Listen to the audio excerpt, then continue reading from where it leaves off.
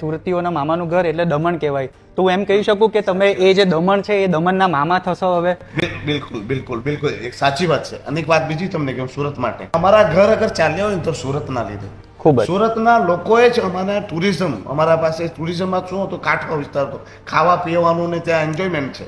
સુરતી લોકોના લીધે જ અમારા ત્યાં, અને હું પોતાની વાત કરું, મારા ફાધર તો સામાન્ય પરિવારના, તો તાળીઓ કાઢતા, તો આ સુરતના લોકો અમારી ઘરે આવતા, એ લોકો તાળીનું નાનું તેનું ખાવાનું પીવાનું, શનિ રવિ આવે તો તે 2 દિવસના ધંધામાં અમારું આખું ઘર ચાલી જતું ભાઈ. આજે પણ સુરતી લોકોના લીધે જ અમારું દમણદીવનું ઇકોનોમી છે, ટુરિઝમ છે. તો સુરતી લોકો તો અમારા પોતાના ભાણેજ જ છે ભાઈ. તમે સુરતીઓના માટે, સુરતીઓ જ્યારે વધુમાં વધુ લોકો ત્યાં આવી ફેમિલી સાથે આવીને ત્યાં મજા કરે, એના માટે નવું શું કરવા જઈ રહ્યા છો? ત્યાં છે ને હમણાં હાલની તારીખમાં ભારતીય જનતા પાર્ટીના શાસનમાં અમારા સુરતી લોકોને ખૂબ જ પરેશાન કરવામાં આવી રહ્યા છે. દમણમાં આવે તો ખાવા પીવા માટે, એન્જોય કરવા માટે આવતા હોય છે.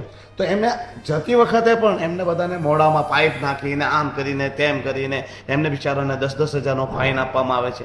ટુરિઝમમાં માણસોને પોલીસની હેરાનગતિ છે. 100%ની ખાતરી કે મારા હું શપથ લઈને આવ્યો ને પછી સુરતી લોકોએ એમ સમજવાનું કે એમનો ભાઈ ત્યાં બેઠો છે. સુરતીઓ, આજે ઉમેશભાઈની સાથે પ્રત્યક્ષ મેં તમારા માટે, આપણા સુરતના માટે વચન લીધું છે કે હવે તમે સપોઝ દમણ જાઓ છો તો દમણ તમને કોઈ પણ જાતની તકલીફો નહીં પડે, એવું વચન ઉમેશભાઈ આપ્યું છે.